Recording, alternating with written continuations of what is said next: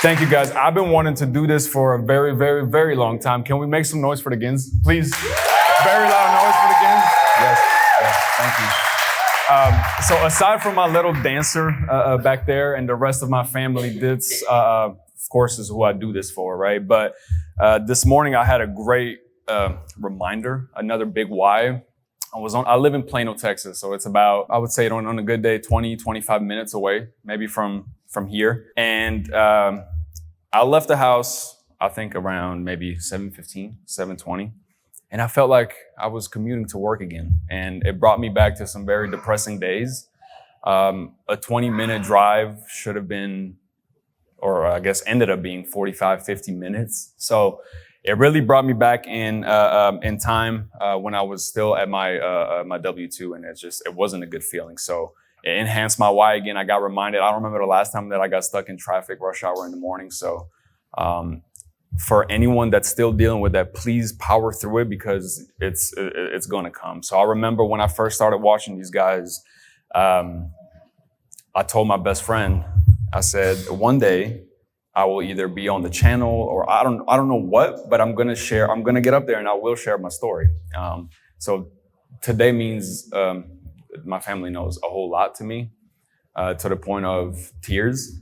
So it's probably going to be a little bit of emotional hour or however long I'm going to be up here. So please bear with me. But how I got a little bit about me. My name is Luca. I was born and raised in Milan, Italy in 2005.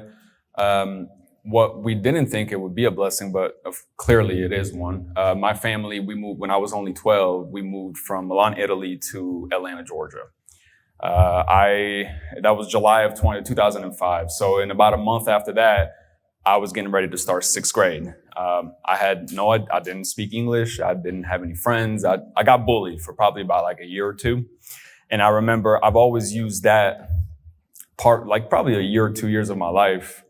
That was probably the biggest struggle back then that I had to deal with. And I always look at that, if I can endure that, and if I endure that, learn a new language and essentially make it through these demonic kids in middle school, I could probably do wholesale. And I've always looked at that as, I think it's helped me a lot as far as a mindset, because sometimes we hear these videos, we see a lot of people being successful and we doubt that we can do it ourselves. So it helped me a lot to remain consistent and have that faith, essentially. How I started getting into wholesale was really interesting. I thought, like mostly probably everyone, that in order to get into real estate, you either have to have a license or you just have to have a lot of capital. So fool me, in September of 2020, I went on realestateexpress.com and I wanted to get my real estate license course, my agent's course. And throughout the course, they started talking about wholesalers and stay away from them.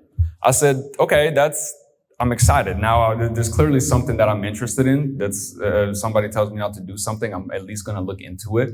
So I got intrigued. I completely dropped the Real Estate Express course. I didn't care for that at all. And 2020 December is when I came across the Gins channel. I think I remember one video, don't quote me on this, but one of the things you said was just get integrated with your local groups in the area. So I remember I made one post in a Georgia group at the time, and I said, again, fool me, I will cold call, follow up, qualify your leads for free. I just want to learn what the heck is going on in this industry. What can I do? How can I profit from it? So I remember one guy, his name is Eddie. He connected me with somebody that was still new at the time. She had only been doing it for about a year and a half, clearly knew more than I knew. And she said, I think you guys would be a good fit. She needs exactly what you're wanting to experience. So I got with Bianca. Her name was Bianca Spicer. I got with Bianca. She, for the next 2 to 3 months, I really worked for her for free. Nothing came out of it, but knowledge and confidence on my end. I didn't get any deals from it. That was month 3 of my taking actual journey. After about month 3, she was telling me she was gonna start doing more transaction coordinator stuff on her end. So to me, it sounded like her wholesale business wasn't gonna keep going. So I started to try a little bit of everything. I tried some cold calling, I tried some SMS, and it took me another 4 months. So end of June 2021 is when I officially closed my first wholesale deal from SMS from only $4,000, but the proof of concept was worth $1 billion. And that marked the first deal that I ever closed in the state of Georgia. Fast forward to about 3 months after that, it took me another 3 months to complete my second deal. My second deal was a little bit larger. My second deal was $15,000, but again, at the time I had a partner. So all that I was getting at the time was just proof of concept, and clearly this is a business that I can keep going, right? So that was the end of 2021 for me. I was still in Georgia at the time. I was still not feeling confident at all of my process. And that's after a year of doing it. So for anyone that's like, oh, I've been doing this for 3 or 4 months, it's not working. It's probably not going to work. Again, like, just keep at it, right? It takes some time. I definitely want to emphasize it. I spoke about it on Friday. I want to talk about it again for the people that may have not heard. To me, it's super important when no one should put a time limit, okay, on essentially, if I don't get a deal in X amount of days, wholesale isn't for me, I'm going to do e-commerce. Like, it doesn't work that way. Like what Rick says all the time, and I understand now slowly but surely, it's a marathon. It's literally everybody's at their own pace. And there is no like, you finish first, I finish second. It's just, can you finish, right? And to me, finishing is, can you get a deal across the finish line? Can you do it again? Can you do it a third and fourth time until you feel comfortable that every month you're starting to see activity? So I wanted to add a side note because that's huge. A lot of people's flaw, I feel like, is putting a time limit on their success. So 2022 comes around. I'm still, we're getting ready to move to Texas for personal reasons. I'm getting a little bit agitated because it's been close to 2 years now. We're in the middle of 2022. I've got maybe another 3 or 4 deals under my belt in between that beginning of 2022 until the mid of 2022. And we're starting to get ready to move to Dallas. So I was moving to Dallas again for personal reasons, family reasons, and I was leaving Georgia as my main backyard, my main market. So I didn't want to, of course, leave the market that essentially I've been nurturing for the last 2 years. I had almost 2 years. I had connections, I had built buyers, I built agent connections. So I kept it as a virtual market, and I dropped all the knowledge that I thought I knew about wholesaling. And I said, I want to open up shop in Texas. So I pretended like I knew nothing about wholesaling, which I really didn't. Honestly, I was still figuring things out. So I pretended like I knew nothing, and I got another account, another dialer, completely different from the one that I was already operating with in Georgia. And I decided to get my hands dirty again, even though I already had a VA that was doing my Georgia stuff. So 2022 November is when I start pulling my first Texas list, Plano code violation. Plano is where I live now. I said, let me just start in my backyard, even though I don't know if who's familiar with Plano here. Plano is probably one of the worst cities to start your wholesale career in because it's a high price point. But I said, I don't care. I live here. I want to do it in my backyard. I've got a few deals in Georgia anyways in my belt. I could do this. I got a list of about 4,000 maybe, code enforcements, a few other government lists in there. And I remember I closed my first Texas deal in January of 2023. And it was a the first JV deal that I did with the Gins officially. And that was the start of my Texas career, really. And ever since then, I mean, everything is blown up since then. So one big thing that I did was I wanted to connect with like-minded individuals like myself that were kind of on the same path, still trying to figure things out. And I got really good at essentially, like Rick was saying, JVing with these people. So that was a big thing that I did last year that added on to my revenue, was starting to find different folks that can bring me deals from either Georgia and Texas, Georgia being the number one market that I started in. So sorry, give me 1 second because I lost track of it. Actually, one thing I forgot was talk about the first deal. So one thing that helped me when I got my first deal in Texas was I had to get into a mindset again. At this point, I remember Rick talking about Ryan Holiday. And Ryan Holiday helped me a lot because I remember in one of his videos, he talked about he had to sign like 1,000 books. And the task was so daunting if you told yourself that it was 1,000 books at a time, that with the way he split it up was in like sets of 10s, right? So in this sense, he had to do 10 books for 100 times, and he knew that was his task. So if he could organize it that way, it felt less daunting. I did the same exact thing with my cold calls when I got back to Texas. So I told myself, this is something that helped me a lot mindset-wise to keep doing what I'm supposed to be doing for that day. If I told myself that I have to do 500 calls that day, I'm starting off the day telling myself that if I don't finish the 500 calls, I know it sounds a little bit drastic, but me and my family will never be successful and we'll never make it. When I told that to myself in the mornings, as extreme as that was, I don't know what it was throughout the day. It gave me the fire and it helped me think like, okay, I'm on my like 400th call, I got 100 more to go. I can't give up now. My family will not be successful. And I really it was weird. I got to a point where I actually like believed that they wouldn't be successful. So I felt like responsible to do those 500 calls that day. That's something huge, that a big mindset shift that helped me out a lot. And I have to give credit to Rick for putting me on Ryan Holiday, but Ryan Holiday for exposing me to that mindset. So like the Daily Stoic and like anything that Ryan Holiday does on like his YouTube channel, I recommend anyone to tap into because he's like crazy guy, and I love it. So what I'm doing right now in order to remain consistent, I figured out that there's really only two things, a third thing that I'm still testing with that work for me. My operation, I'm a cold caller and I do SMS. I'm still dabbling. I'm not at 100% with my direct mail as I would like for it to be.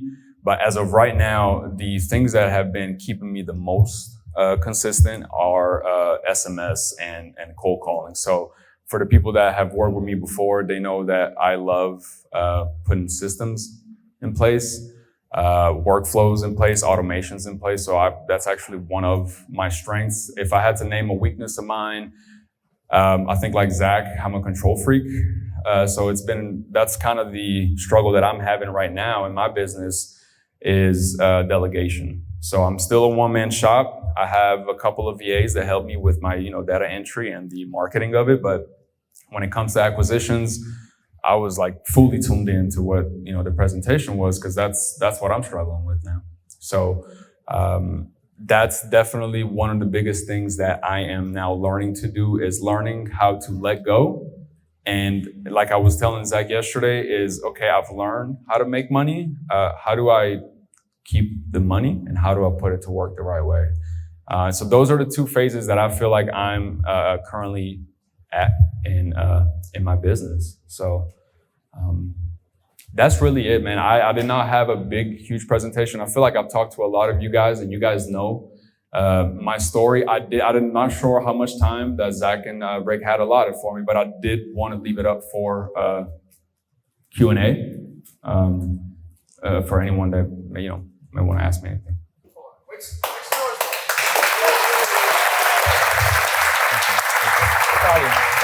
Thank you. First off, I have some questions for you. All right. Number one. Just so everybody knows, that first deal, all right, Yes. What was the list on that deal? I honestly could not tell you right now, but I do know it was a prop stream list for sure, because that's all that I knew. Prop stream list. Yes, All right, 100%. perfect. Exactly on the SMS, what platform was it? At the time, we were using something like Go High Level. Okay. Yeah, it was a white label one. And then if you want to explain your virtual wholesaling sales process. Virtual one, absolutely. So what's the sales process? I wish that Terrell was here, my Georgia partner. He was supposed to be here.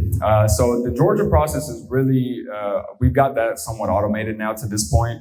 I started working with Terrell. He's been doing this for about 3 or 4 years more than I have. So I made sure to connect with somebody that would elevate me. I didn't have to elevate them, if that makes sense. And I did about 5 or 6 JV deals. Kind of like Rick says, I love JVs because it's not a marriage. You kind of just get to do not whatever to a certain extent, but like you are just partnered on that deal and that's it. If you want to keep working on other deals and you've got other 10, it's a open relationships, I guess, if you want. And no, really, it is. So I love JV deals. And I did about 5 or 6 with Terrell before I said, you know what, man, like we really complement each other really well. And as of November of 2023, I don't know about you guys, but the last like 3 or 4 years, my years have been like messed up after COVID. But as of last year, so November of 2023, we kind of looked at each other and said, why don't we just partner on everything that's in Georgia? So I'm handling everything on the acquisition side. And then he's he's also doing acquisitions because he's doing the boots on ground appointments. And then he'll sell all of my deals. So that's how we've got everything set up. Of course, I've got SMS coming in, leads coming in. I've got cold calling leads that are coming in every day. And then it's my job to, again, qualify these leads, follow up with them. And then once we have an appointment locked in, Terrell is going out there, putting it on the contract, and then he's selling it to these buyers. And we are 100% 50-50 of the operation. I found that to be better. Yes, of course, some people, it may sound sexier. You know, you're keeping 100% of the deals. But what I've been able to do this way is I've been able to, like Rick says all the time, be super focused on acquisitions. So I'm very volume driven. So instead of maybe locking up 1 or 2, I can lock up 3 or 4 that month because I know Terrell is going to handle the disposition side. It's helped me out a lot virtually. So for anyone that's looking to get virtual, I would definitely recommend, like Zach said earlier, find the baddest wholesalers, or not necessarily, they don't have to be like the biggest ones, because a lot of the times they may be too busy for you and they don't want to work with you. But find someone that has a proven track record and that does well in that particular market. You can see that he does well and pitch him the idea, right? With him, it was easier because, again, we kind of built a friendship over the 2 years, over the 5 to 6 JVs deals that we did. So it was just more organic. But I would recommend that to anyone that maybe already has that relationship. You guys don't even know that you have that in that particular market. I don't mean to call anybody out, but I think Matthew here is doing that with somebody in what market is it, right? And he's a good wholesaler. Like, he's been doing it, right? So I think that would be a really good tactic. And for somebody that's newer to real estate, period, it's a good way to build confidence and have confidence, and the more confidence when you're talking to the sellers. Hey, my partner is literally 10, 15 minutes away from you, right? If you want it to be. So that's helped me out a lot with my virtual process.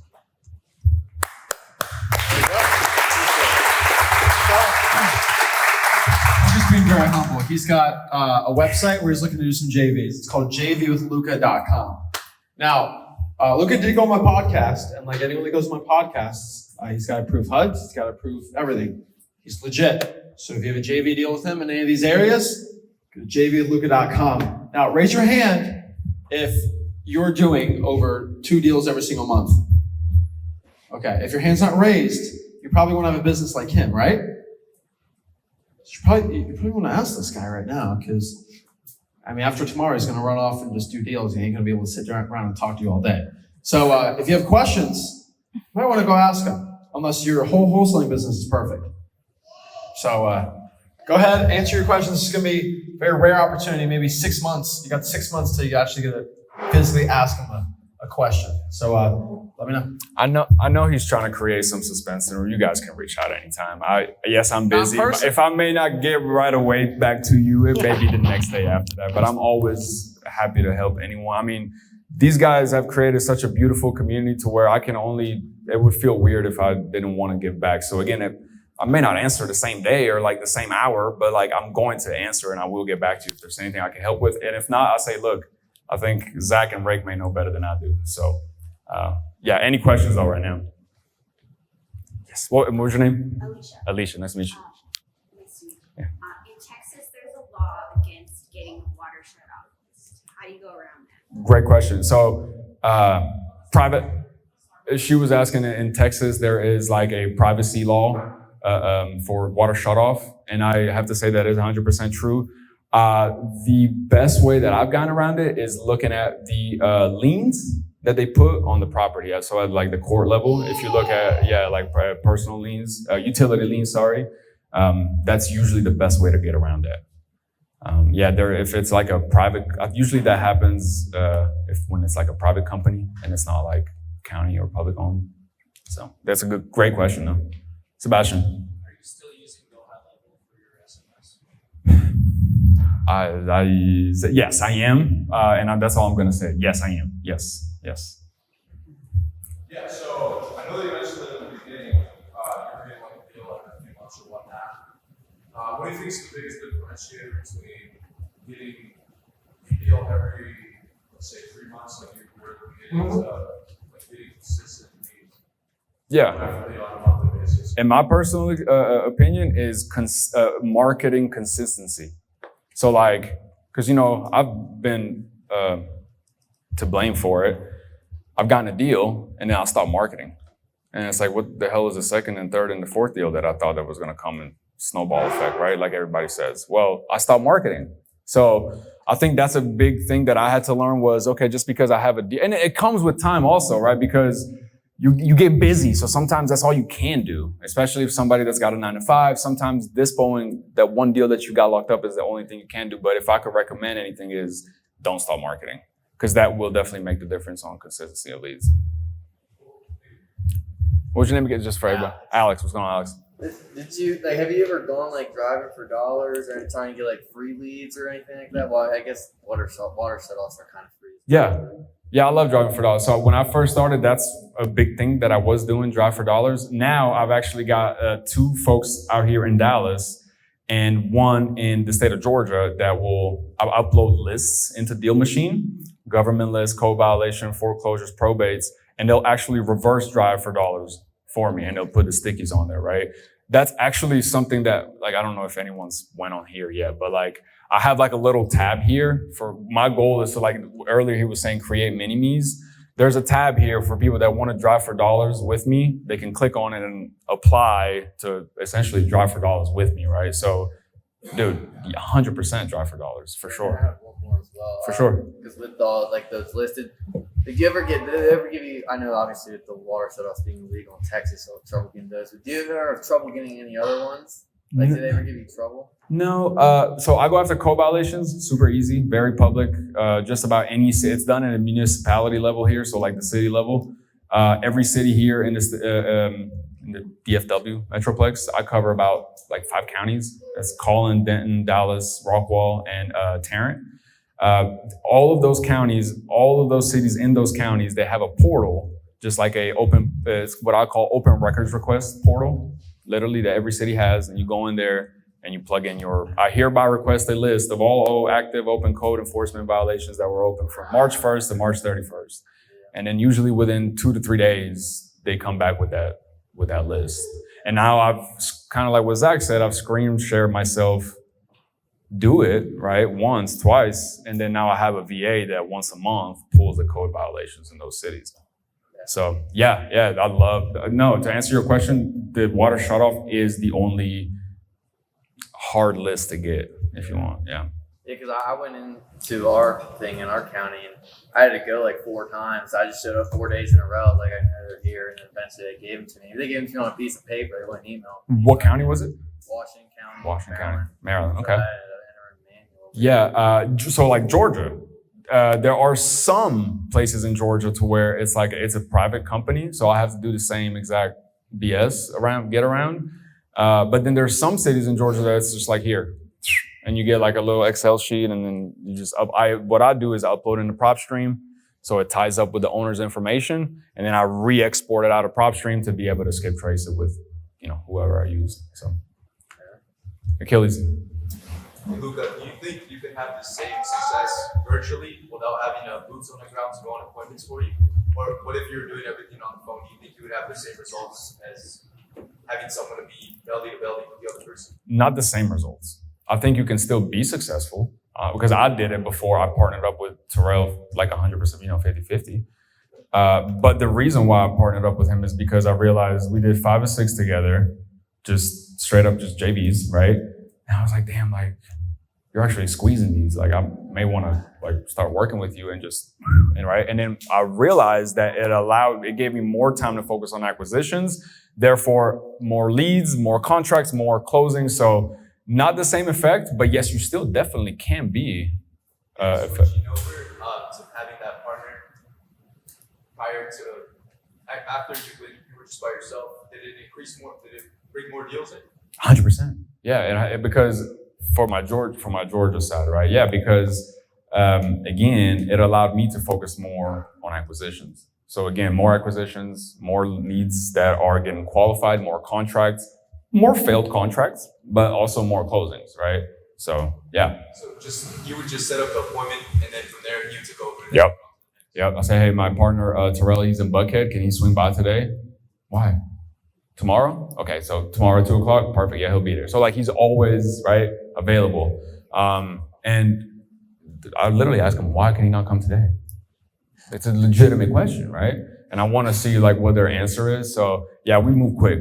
Like when I'm out there, we move super quick. Like I think we move quicker in Georgia than I move quicker here by myself in Texas. And when I say by myself, I mean on the acquisition side by myself, because I got big Nate Dogg that, he steps in every now and again. So just to wrap it up, so if you are purely virtual, it would be best to kind of try to make a contact there to be able to go to appointments for you? Or is that preference? No. Well, again, because I've seen better results in my operation, would I recommend it to somebody? Yeah. But I would also say try to get your feet wet by yourself, because it's nice to get at least the first 2 to 3 deals, get 100% of that equity, right? And I feel like until you start doing a few deals with people, how do you know who you want to actually partner up with? So definitely get some JVs. Like I said, I think that before you partner with somebody, because JVing is so like non-bonding, right? Like just JV with them. See if like, how do they JV? How do they operate? How do they like perform under stress, right? How do they talk? I remember I JV with this one lady. I don't even care. Her name was Amanda. She was trash. And she would call the title company, my title company, and she would be rude with them. I said, Amanda, you need to chill out, because it was starting to make me look bad, even though the title company knew me, right? So they knew that I was like, I had to call my title company and say, hey, I don't really work with her like that. I don't really know her. Like, I don't know who that is, right? So like, you don't want to partner up with Amanda, right? Do a JV with Amanda and then see if she's worth, locking up with. So, Ori, what's up, man? Can you speak a little bit about your follow-up game? Yeah. Because I feel like me, a lot of leads I'm getting is not super motivated. Yeah. And so Most. it's the price goal is so big. And I'm like, all right, well, I can't. And then I kind of go, so it's done. Yeah. And then I think my issue is I don't really know how to follow up. I don't maybe understand the importance of follow-up. Yeah. For the fact that you're asking about it means you know that it's important, right? What CRM do you use? Oh, man. I use the Slack channel and then like never know. Okay, I would definitely recommend trying to get with Podio.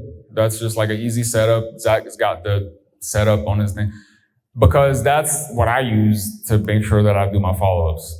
Every task, I think I've got about 328 tasks in my Podio right now. And they're all made of offer calls, follow-ups, qualifying calls, terminations, because I also put like if I know that I have locked something up today and my contract expires on the 14th, I'm just doing it. On the 10th, I'm putting a task in Podio that says terminate agreement by tomorrow, because I'm not going to do it the day of, right? I'm a couple of days before. So I'll put tasks for everything. I got to change, everything. So I live out of my Podio calendar, literally. And it's cool because it syncs with the Google calendar. Yeah, your Apple calendar too. So you really can't miss it. Like you want to miss it if you're missing it, And that's how I've kept up with all my follow-ups. So probably about 9 out of the 10 leads will say, no, well, I would sell, but like if you have $1 million, right? The price is right. So it's quarterly follow-up. And that's why I have so many of these damn follow-ups, and I need to get a lead manager like I told Zach, because I have a lot of those. But a lot of those the reason why I do it, man, is because I've gotten proof of it. Like I promise you that some of those people, 3, 6, 9 months, they will turn into a deal. Like it's like a little, so that's the only reason why I'm not a maniac. Like I'm not doing it just cause, yeah. It's like 10%, something like that? I couldn't give you the exact percentage, but I know that they're deals. So I don't even care. Even if it's just 1%, I'm going to get that deal. Yeah. Alex. He just asked my question. I was gonna ask what percentage of deals come on the like 3-month follow. The 3-month, I honestly, I have not tracked that yet, but I know for a fact that I've seen deals because I have, in my Podio, I have like a little section to where it's like what follow-up sequence are they in? Are they in a weekly sequence? Are they in a bi-weekly, monthly, or quarterly? A lot of them are in quarterly right now. Well, yeah, because I knew the deal was made on the first call. Whenever they say like, "Oh, I'm not interested," and call them back in 3 months. Yeah.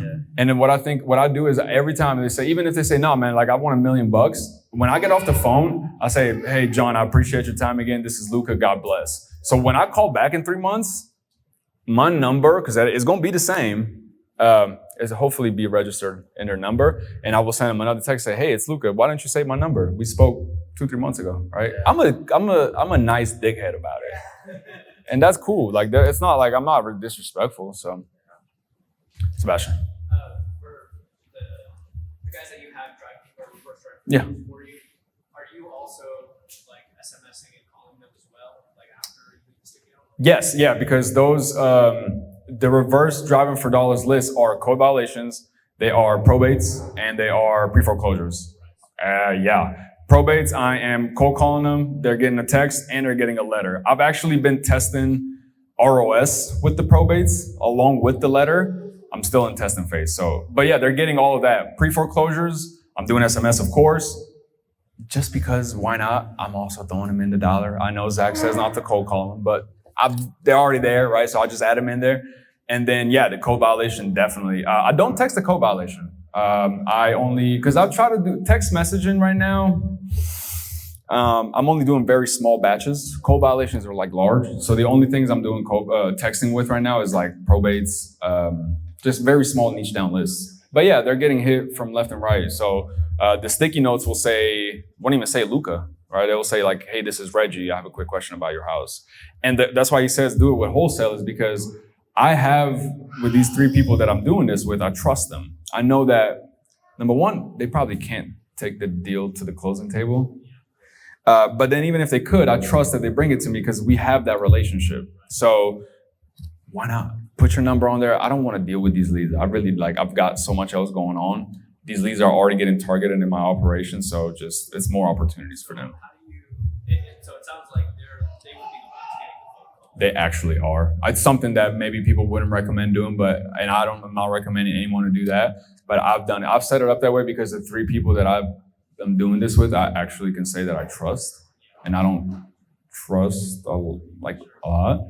And again, like to me, it doesn't hurt me because I'm still marketing to those leads anyways, right? So like your name might still be on the SMS or It's my son's name on the SMS, Ezra. Ezra is the texter.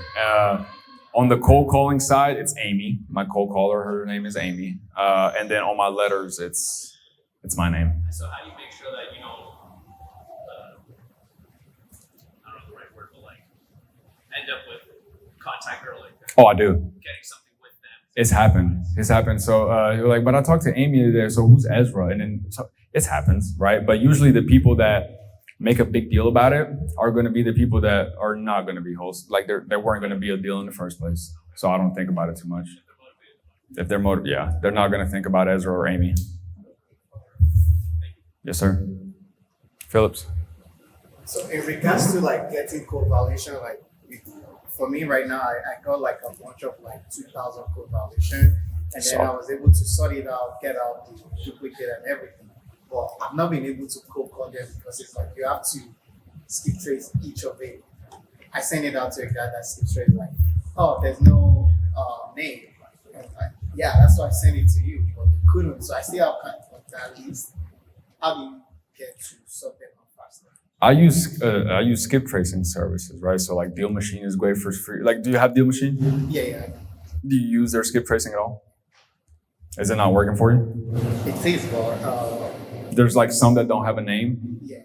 Yeah, I mean, there's always going to be some. So like out of maybe, usually I feed my dollar about 8,000 to 10,000 contacts, new contacts every month, right? I would say probably about 1,000 of those are going to be scrapped, right? So what I do with those is if they don't come, so they don't come back with a name or a phone number. They didn't come back with name. But like the name, it should be like at least like in the last name field, there should be like estate of John Doe, right? What I would do anyways with those, I would try to move those to a different skip tracer. That's what I've done. Like with a lot of mine, if like Deal Machine comes back with a blank number, I may go on to another skip tracer and plug it in there. Some, Yes, sir. You had a question? Yeah. When you started in the new market in Texas, Yes. how did you rebuild your cash buyer network? It was daunting. I leaned a lot on, he's not in the room right now, but Nathan. He has a very strong well, the first deal that I actually closed in Texas, I actually leaned on with JVing with them, and that's how I got the connection to Nathan. And then how I'm doing it now is I have a cold caller that does just strictly dispositions right now.